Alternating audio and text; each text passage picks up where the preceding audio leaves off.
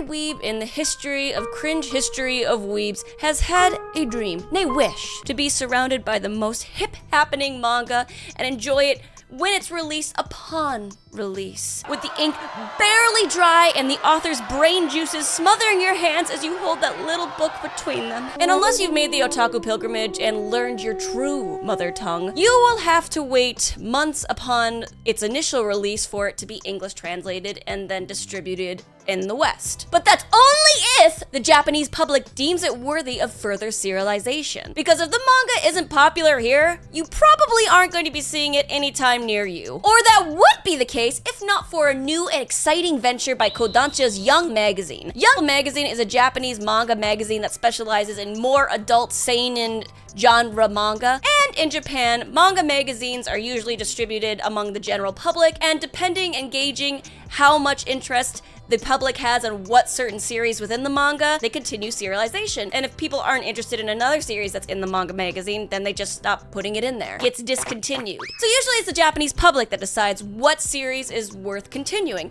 However, Young Magazine is doing a whole switcheroo, and one I am completely proud to be a part of, not because they're sponsoring me, but because this idea is so cool. They are letting the Western English-speaking public decide for themselves. They will be distributing an English translated magazine that has 19 titles inside of it, all of different genres and different artists, different authors, and we, the public, get to decide which of the 5 titles out of the 19 should continue serialization. And they will be continuing the 5 titles that are picked via the digital manga service app K-Manga. If you are attending Anime NYC and Kinokuniya, a physical copy of Young's magazine with all 19 titles will also be available there. The audience will be able to vote for which 5 titles that they want to continue with serialization on August 23rd. You can do it via their official website or on their X, so please be sure to check it out because all of it is linked in the description.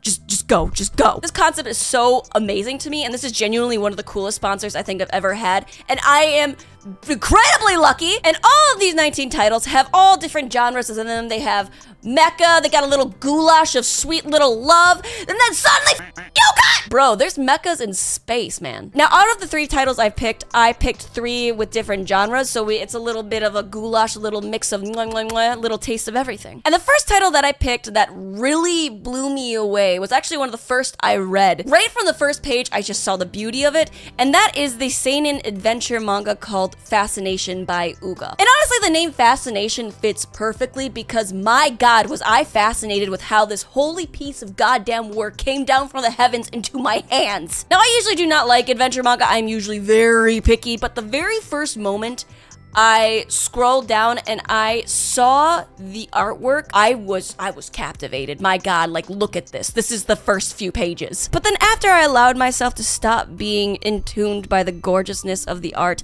I started to read the story, and then I became entombed with the whole manga itself. Because the story is just as gorgeous as the artwork. Set in a world where after years of wars wiped out the lands, leaving them barren, plants evolved to be incredibly strong and have overtaken the world. They are soon able to overtake animals and people, and in doing so, makes them lose their sanity. People not wanting to be overcome by plants escape to more barren lands that have no plants in sight. However, they come to find out, hey, you kinda need crops and livestock to live? This is where we are introduced to our main mama, Zola, a woman who's able to cut off a limb of her body, and once that limb is planted into the ground, it sprouts crops and a bunch of just plants that don't attack the people. The kicker?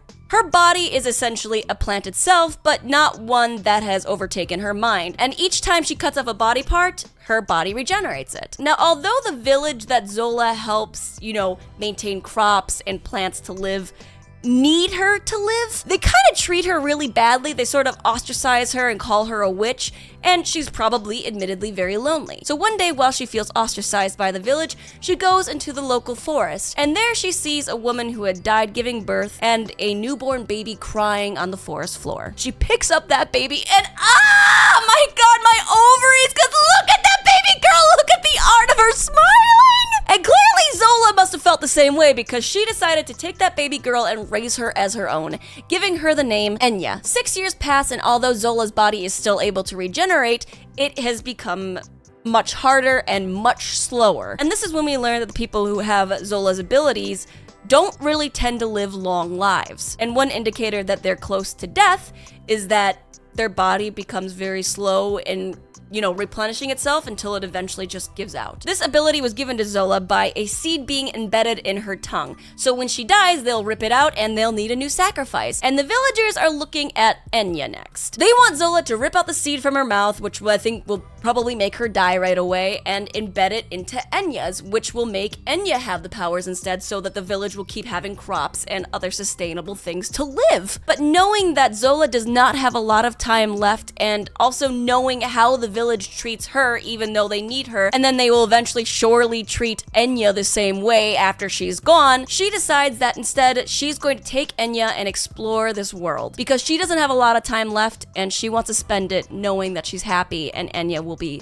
secure and happy with her. This plot is just unique. I've never read anything close to like that at all before, and especially when such a banger in the first chapter. Yeah, because that whole story was in the first chapter, and I desperately need this to be serialized because I know that this is gearing up to be the most life-ruining, wholesome, beautifully sad manga pieces to ever grace this world! And although the relationship in the first chapter doesn't really seem like Enya and Zola have a mother-daughter relationship, you can tell through the artwork how much internally that is not the case. Like, Zola definitely looks at Enya that way, like as her daughter. And to be able to tell the amount of maternal love that Zola has for Enya through the artwork is amazing. You could tell even looking in Zola's eyes as she stares at Enya compared to when she's staring at the villagers or seeing something that she doesn't like. There's so much detail within the character's eyes that it is like, I didn't even know manga could fully do that. The artwork in this manga is so beautifully captivating. I mean, yeah, besides being able to tell the character's emotions, seeing all the detail, it is just genuinely just gorgeous, gorgeous, gorgeous. So if you too are somebody looking for a life-ruining, beautiful tragedy, I really, really want you to read this yourselves, guys, because I did not give all the information. This is just me giving a very bareback explanation. But please, because it is a beautiful story about a mother and a daughter most likely coming to terms with the end of her life and exploring the world together and probably overcoming adventures, doing all these things. It'll be amazing. Go read it. Now moving on to a lighter subject, let's talk about my most favorite genre ever, horror. Now I'm sure any other horror lovers can agree that finding any good horror media is a chore, but finding any good horror that has an innovative story, well-written scenarios, and most importantly, makes you feel scared is something much harder to find than a garbage can in Tokyo. However, the title Godmother by Rin Shimokawa really blew me away. Taking place in Yokohama, Chinatown, we are introduced to Ryu, a Chinese university student thrust into Japan by her father to visit her 110-year-old grandmother who also owns a mahjong parlor. Upon arrival at the mahjong parlor, Rin meets a pretty and young girl in a wheelchair and then is suddenly attacked and began to be eaten by a grotesque monster that looks incredibly horrifying. Like, look at that goddamn face. Imagine you just suddenly being devoured by that thing. Suddenly, she wakes up in an unfamiliar room and finds her ear bleeding. And that's because she got an earring embedded in her ear while she was knocked out. She runs out of the room and realizes she's in a really random building, and this building is kind of surrounded by a bunch of monsters, ghosts, I'm not really sure yet. Either way, they're very frightening looking. Like, one of them is literally just a guy and she sees him and then he's just suddenly like shot up. And while she's running around in this building trying to escape these monsters, she runs back into the little girl that she met before. And guess what? That little girl? Her grandmother calms her down and explains that all of the women in their family are able to see these things. And the only reason that Ryu hasn't been able to was that when Ryu was born, Ryu's now deceased mother went and begged her grandmother to protect her from seeing these monsters. And grandmother heard that and was like, bet. Until apparently something appeared and made the grandmother realize that in 1 year, she is going to die. And once she dies, who else but Ryu can see and take care of the beings in the building? Now, firstly, my God, when I saw the style, my God, the style! Is this manga Vogue? Orgasmic!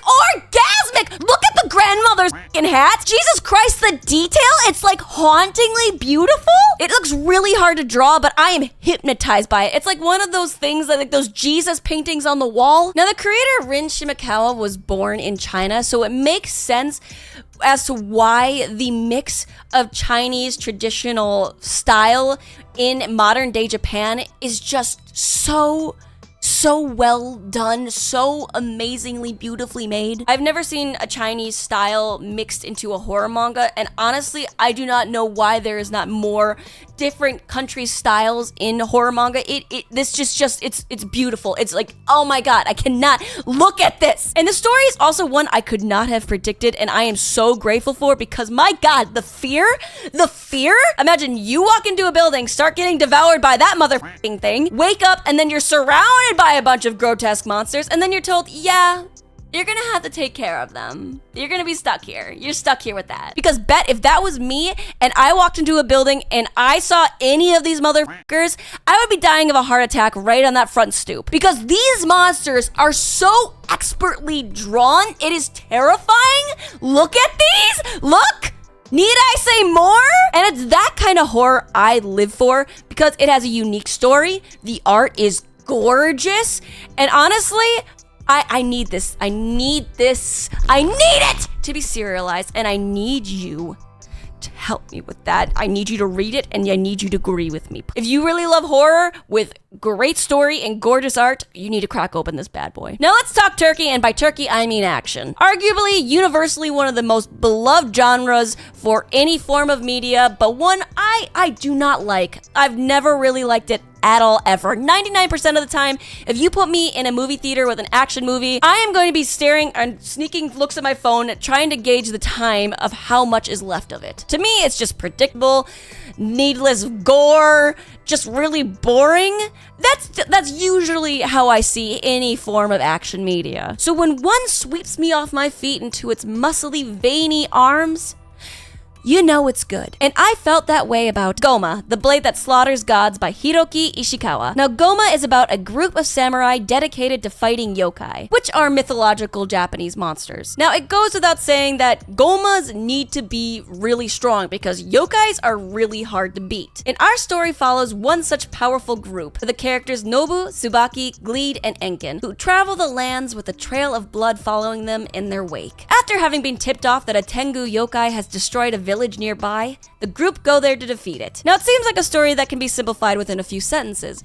However, you can't be recommending a action manga without showing one of the most, if not most, beloved things about an action genre, and that is the fighting. My lord! The fighting! And not just the fighting! Look at this monster! Okay, also side note, it's kind of funny because this monster is called a Tengu, which is a like bird-like monster. However, it's made of hands, and that's because te in Japanese means hands. However, well, I'm not here just for the wordplay. Look at that detail! I feel like I could see dirt under those fingernails. My god! Poppy, where those hands been? While fighting, the yokai usually has some secret ability that the Gouma have to figure out how to stop. So with that little tidbit, it throws quite a bit of strategy into this perfectly choreographed mix. Every fight scene, you can tell what the thought process is. Every movement has some thought put behind it. And besides the hypnotizing fighting, my god, the artwork. Look at this artwork. It's like swimming in a pool of butterfly kisses when you notice the detail in each drawing, because I'm sorry, sir, your eye? This yokai? Your scar, sir? Can I lick it? It looks like I can't through the page, my guy. The amount of effort drawn into the fight scenes, as well as just the art. Oh my god, Sasuga! It is amazing. It is so good. If you are somebody who really loves action, or just even loves just some beautiful artwork with a very oh my god, really well planned out fight scenes, you need to read this. Because this is a dark action series that you will be asking seconds of. For sure. You guys need to start reading Gouma. You need to start reading Gouma now. I've only read 3. You guys can read all the other ones. Like, I lost sleep thinking about some of these because some of them are so intriguing. And oh my god, they are so good. They're so good. I wish I was only allowed to write about 3, but I wanted to write about so many more. And what really gets my heart doki-dokiing is just seeing the amount of talent that these mangakas have, and that these are titles that have yet to be, you know, seen, judged, and we get to have a part in that. We get to decide what continues serialization and does that not, am I the only one who's just like shaking about like how amazing that is? It really just boggles my mind that we have a choice. We are a part of this now. Because if you are a massive, massive manga lover like me, this is something that you need to be a part of. So please check out Young Magazine's X, where you can read all of these titles, and you can also vote for which one you want to continue there. Thank you again to Young Magazine for sponsoring this video and allowing me to be a part of this. This is so amazing, and I really hope this continues to be a thing. I really would love to be able to see new talent, new manga right when it's released like this. This is just amazing. Seriously, this has been an amazing experience, and I really implore you guys to please check out the 19 titles because they are amazing. And Lord knows I will be casting my vote. Thank you guys for watching this video, and thank you all for going to go read the manga. I will see you guys soon in the next one. Adios! Bye-bye!